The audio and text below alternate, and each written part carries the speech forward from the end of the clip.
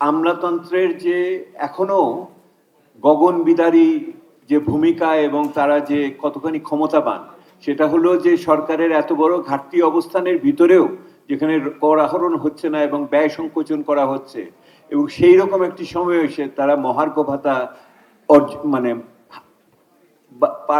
মহার্ঘ ভাতা পাশ করিয়ে নিতে পারে এই তত্ত্বাবধায়ক সরকারের কাছ থেকে, এইটা আমাদের জন্য অচিন্তনীয় একটা বিষয় ছিল, যেখানে সাধারণ মানুষ দ্রব্যমূল্যের পিষ্ট হচ্ছে এবং সেখানে ভ্যাট বাড়ানো হচ্ছে।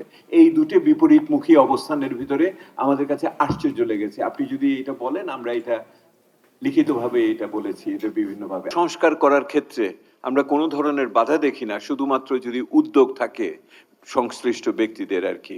আমরা লক্ষ্য করেছি সাম্প্রতিককালে সরকারের পক্ষ থেকে আরেকটি এটা কি তথ্য উপাত্ত পরিবেক্ষণ কমিটি একটা করা হয়েছে, একেবারে পুরানা ধাঁচের, একেবারে যারা আমাদের এই হিসাব দিয়েছিল, প্রজেকশন করেছিল যে 40,000 মেগাওয়াটের বিদ্যুৎ লাগবে এবং সেটাই বিনিয়োগ লাগবে, যারা আমাদের বলেছিল যে 7% গ্রোথ রেট হয়, যারা আমাদের বলেছিল যে আমাদের কি বলে ঋণ খুবই ভালো অবস্থায় আছে, বিদেশি ঋণ মাথাপিছু ঠিক আছে, সেই মানুষগুলোকে নিয়ে আবার সেই হিসাব করানো হচ্ছে আগামী দিনে আমার কিভাবে তথ্য উপাত্ত কিভাবে সুরক্ষা দেওয়া হবে।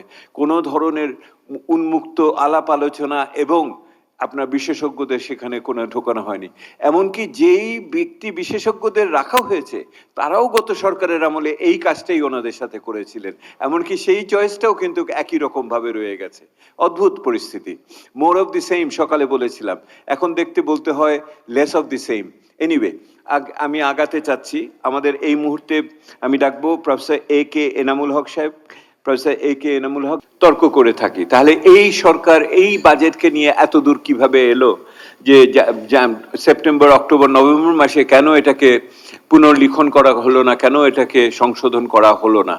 অপরদিকে এই সরকার মধ্যমেয়াদী পরিকল্পনা, যে অষ্টম পঞ্চবার্ষিক পরিকল্পনা ছিল, সেটা শেষ মাথাতে এসে ওটাকে স্থগিত করে দিয়েছে, সঠিকভাবে করেছে, কিন্তু এই সরকারের মধ্যমেয়াদী কোনো দৃষ্টিভঙ্গির কোনো পরিকল্পনা আমরা এই মুহূর্তে দেখছি না, যার ফলে বিনিয়োগ এবং অন্যান্য ক্ষেত্রে যেন একটা ঘাটতি সৃষ্টি হচ্ছে কিনা এটি, বা কোনো একটা কমতি রয়ে যাচ্ছে কিনা। তবে এর মধ্যে সরকারের পক্ষ থেকে একটি কমিটি স্থাপন করা হয়েছে এবং সেটার প্রধান আমাদের মুর্শিদ ভাই কোন দিকে, প্রফেসর এইখানে ডক্টর মুর্শিদ আছেন, KS মুর্শিদ, আমার অগ্রজ BIDS এর সহকর্মী হিসেবে, এবং তিনি কমিটি করছেন। তিনি হয়তো বলবেন যে ওনাদের মনে কি আছে এবং সেটাকে ওনারা কিভাবে আগামী দিনে এগিয়ে নিয়ে যাবে। তো আমি সেই যাওয়ার জন্য যেটা প্রয়োজন, সেটা একটা বড় বিষয় হলো, আমরা বলেছি তথ্য উপাত্ত।